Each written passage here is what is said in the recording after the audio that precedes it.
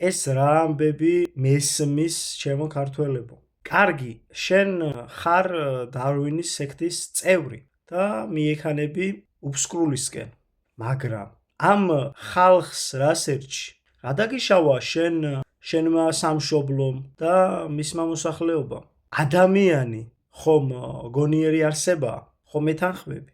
მოდი გავყვეთ ისტორიას. შენმა წინაპარმა, რომელსაც შენ სავარაუდოდ პატივს არ სცემ, რატომ არ სცემ?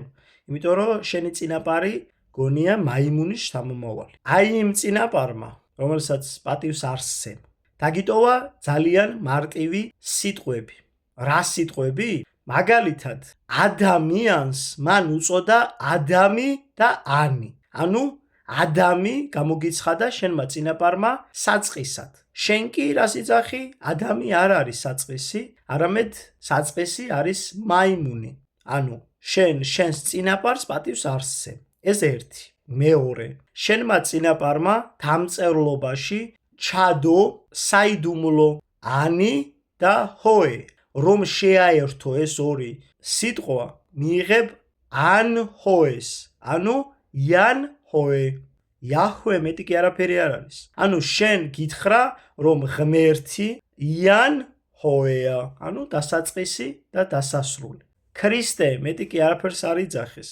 მე ვარ დასაწყისი და მე ვარ დასასრული. ანუ შენმა წინაპარმა ქრისტე აღიარა. მოდი გავყვეთ. ყველა ებრაელიც, არაბიც თუ სხვა ეთნოსიც ვის აღიარებს წინაპრად? მაიმუნს? არ აღიარებს მაიმუნს. მაშინ ჩვენ ქართველები რატომ გონია დაბალი ღობე, საკუთარი ეთნოსი? რატომ გონია გაუნათლებელი? რატომ მიყვები დარვინის სექტის იდეებს? არა ვართ ამ მაიმუნისგან წარმოშობილნი და 21 საუკუნის მეცნიერებიც იგივეს იძახიან. ანუ ჩავარდა დარვინის სექტის იდეები. შენ ვითომ გენეტიკოსი რომ ხარ და გენეტიკის ტესტის შემქმნელის, სხვათა შორის ქართველი ადამიანის, აპოლონ ჯინჭარაძის აზრებს რომ არ აღიარებ, ეს სადაური ლოგიკაა. შენ ვისგან იწყებ გენეალოგიას? მაიმუნისგან? ფალი გეუბნება რომ ადამიანი მის ხატად არის შექმნილი. ანუ მაიმუნი გამოდის ღმერთი?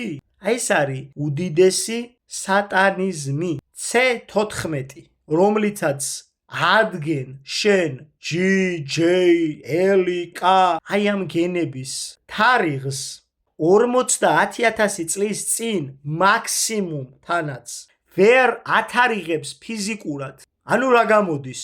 50,000 წლის წინანდელი გენი როგორ დათარიღდა? ანუ G-ს C14 ვათარიღებთ, B გენეტიკურ კოდს, A გენეტიკურ კოდს რითი ვათარიღებთ?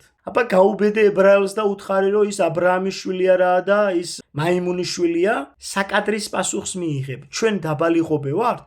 კი, G და L არის თუბალის და მესეხის გენი. კი, ვულკანი ტობა რომ ამოიბრქვა, დედამიწის ზურგზე დატოვა 8 ადამიანი, 4 კაცი, 4 ქალი. და ის 4 კაცი, რომელ გენეტიკურ კოდს ატარებდა? ან ის 4 ქალი. ანუ დედამიწის ზურგზე დარჩა სულ 4 გენეტიკური კოდი? მაშინ დღეს რატო გვაქვს ათეულობით გენეტიკური კოდი, რომელიც მანამდეა წარმოშობილი, სანამ ვულკანი ტობა ამოიფრქვეოდა. ეს ათეისტურად. ანუ ტყუილში გამოგიჭირე. მერე აღარ ილაპარაკო, რომ საწურბლია ზღვიმე და ასე შემდეგ და ასე შემდეგ. სხვადასხვა ღვიმეებს რო ვსაუბრობ. საწურბლია ზღვიმე იყო ოკეანის ფსკერზე, წარღვნამდე. შენ ხომ აღიარებ რომ გემი ვერ შეიქმნებოდა ძველი წელთაღრიცხვით 10,000 წლამდე, ხო? ლამის საქართველოს ყველა დიდ მთაზე აღმოჩენილია გემის ფრაგმენტები 1000-2000 მეტრის სიმაღლეზე. გემის კიჩო, გემის ღუზა და ასე შემდეგ. რა უნდა გემს 2000 მეტრის სიმაღლეზე? რა საწურბლია ზღვიმე, ვის ატყუებ? მე ქართველებს შენ არ მოგატყუებინებ. მე ქართველებს ჯოჯოხეთში არ წაგაყვანინებ. ქართველები ვართ რჩეული ხალხი, თუბალის და მესეხის ერი. უფალმა გაგახაროთ და გაგაძლიეროთ, უფალმა კეთილ გზაზე გატაროთ მუდამ.